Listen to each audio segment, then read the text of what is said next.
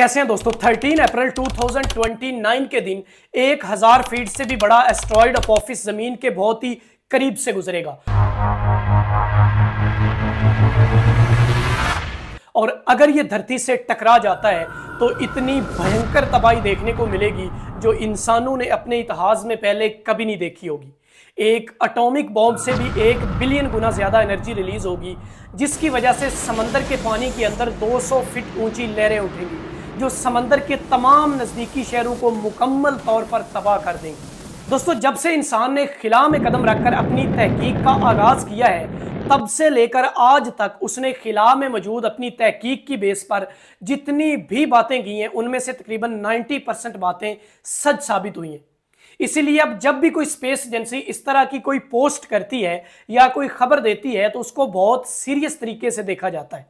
और अगर आप इस पोस्ट को देखें तो नासा ने इससे भी बड़ी एक और खतरनाक प्रेडिक्शन की है। 12 जुलाई 2038 के दिन इससे भी बड़ा एक एस्ट्रॉइड जमीन से टकराने के तकरीबन 72% चांस हैं, जिसको लेकर नासा ने अर्थ को बचाने के लिए अपनी डिफेंस एक्सरसाइजेस शुरू कर दी हैं। और दुनिया की कई और स्पेस एजेंसीज का भी यही कहना है कि इससे बचने का सिर्फ एक ही हल है कि इंसान जल्द से जल्द मार्स पर माइग्रेट कर जाए। लेकिन दोस्तों, अब सवाल यह पैदा होता है कि इन खबरों में आखिरकार कितनी सच्चाई है और ये एस्ट्रॉइड्स होते क्या हैं।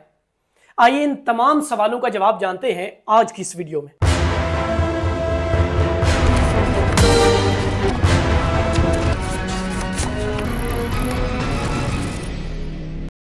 एस्ट्रॉइड दोस्तों बेसिकली बड़े बड़े पत्थर हैं जो स्पेस में घूम रहे हैं, जो साइज के हिसाब से 2 से 4 मीटर के भी हो सकते हैं और 400 से 500 किलोमीटर के भी हो सकते हैं। आज तक का जो सबसे बड़ा स्पेस के अंदर एस्ट्रॉइड रिकॉर्ड किया गया है वो तकरीबन 940 किलोमीटर बड़ा है। ये एस्ट्रॉइड्स बेसिकली आयरन और पत्थर से मिलकर बने होते हैं। और अगर आप इस नक्शे को देखें तो ज्यादातर जो एस्ट्रॉइड्स हैं वो हमारे सोलर सिस्टम में मार्स और जुपिटर के दरमियान एस्ट्रॉइड्स बेल्ट में घूम रहे हैं, जिनकी वहां तादाद करोड़ों के अंदर है।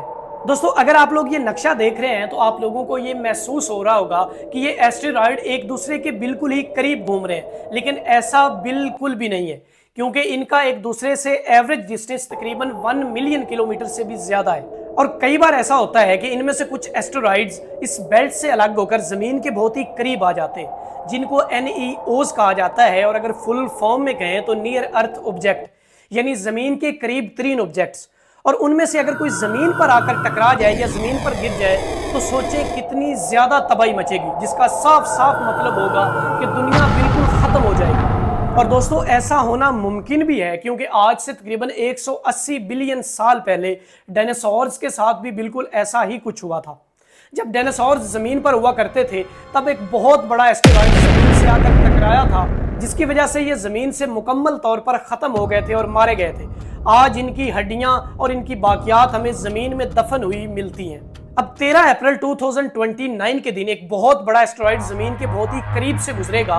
ये खबर बिल्कुल सच है और इसमें कोई भी शक नहीं है। लेकिन इसके जमीन के साथ टकराने के कितने चांस हैं, उन पर बात करने से पहले आप लोगों को एक बात बताता चलूं कि अगर आप इस तरह की खबरें सोशल मीडिया यानी फेसबुक और इंस्टाग्राम के इन अकाउंट्स से लेते हैं, जो अकाउंट्स टोटली इमेजिनरी खबरें देते हैं, तो दोस्तों आप खबरें लेना बिल्कुल छोड़ दीजिए, क्योंकि इससे पहले जिस एस्टेरॉइड के जमीन से टकराने के 72% चांस हैं वो खबर बिल्कुल गलत है, यानी फर्जी खबर है।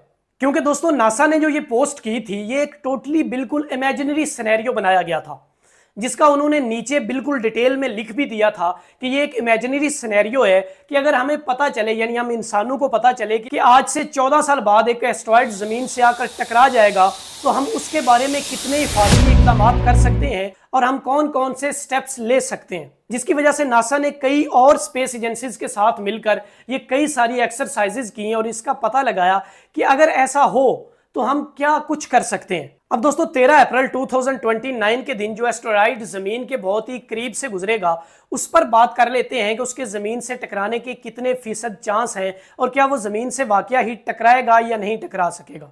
इस एस्टेरॉइड को पहली दफा सन 2004 में रिकॉर्ड किया गया था कि ये जमीन के बहुत करीब से गुजरेगा और उस वक्त साइंसदानों ने यह भी कहा था कि इसके जमीन से टकराने के 2.8% चांस हैं। दोस्तों अगर ये नंबर बहुत छोटा था, यानी 2.8% चांस, को इतना बड़ा नंबर नहीं होता, लेकिन ये खतरा उतना ही बड़ा था, क्योंकि अगर ये जमीन से टकरा जाता या टकरा जाए तो कितनी ज्यादा तबाही मचेगी, यानी आधी जमीन का नक्शा ही बदल जाएगा। पर दोस्तों अब की नई तहकीक में यह बात सामने आई है कि इसके जमीन से टकराने के सिर्फ 0% चांस हैं और यह जमीन से तकरीबन 38,000 किलोमीटर दूर खिला से ही गुजर जाएगा। इसीलिए इसको अब अर्थ के साथ टकराने की रिस्क लिस्ट से बाहर कर दिया गया। अब आप लोग ये सोच रहे होंगे कि रिस्क लिस्ट क्या होती है। जी हाँ दोस्तों, दुनिया भर की कई सारी स्पेस एजेंसीज ने मिलकर एक रिस्क लिस्ट बनाई हुई है, जिसमें वो सारे एस्ट्रोराइड बताए गए हैं कि जो जमीन से आकर टकरा सकते हैं अगले आने वाले सालों में। अब आप लोग ये लिस्ट देखें तो इसमें वो सारे एस्ट्रोराइड हैं जो कि जमीन के साथ आकर टकरा सकते हैं। जो सबसे पहले नंबर पर है वो 2034 में आकर जमीन से टकराएगा, लेकिन इसका साइज बहुत ज्यादा छोटा है, इस वजह से ये इतना ज्यादा नुकसान नहीं करेगा। लेकिन दोस्तों जब भी कोई एस्ट्रोराइड जमीन के करीब से गुजरता है तो उसको देखने के लिए एक टेलीस्कोप की जरूरत होती है, लेकिन इस एस्ट्रोराइड के साथ ऐसा बिल्कुल भी नहीं होगा, क्योंकि इसका साइज बहुत बड़ा है और इसे जमीन पर रहकर इंसानी आंख से ही देखा जा सकेगा। मैं उम्मीद करता हूं कि आप लोगों को मेरी आज की वीडियो बहुत ही अच्छी लगी होगी, और अगर आप लोगों को मेरी आज की वीडियो अच्छी लगी है तो मेरी वीडियो को लाइक कीजिएगा, मेरे चैनल को सब्सक्राइब करना ना भूलिएगा। मिलते हैं किसी नेक्स्ट और अच्छी वीडियो में, तब तक के लिए अपना बहुत सारा ख्याल रखिएगा। अल्लाह हाफिज।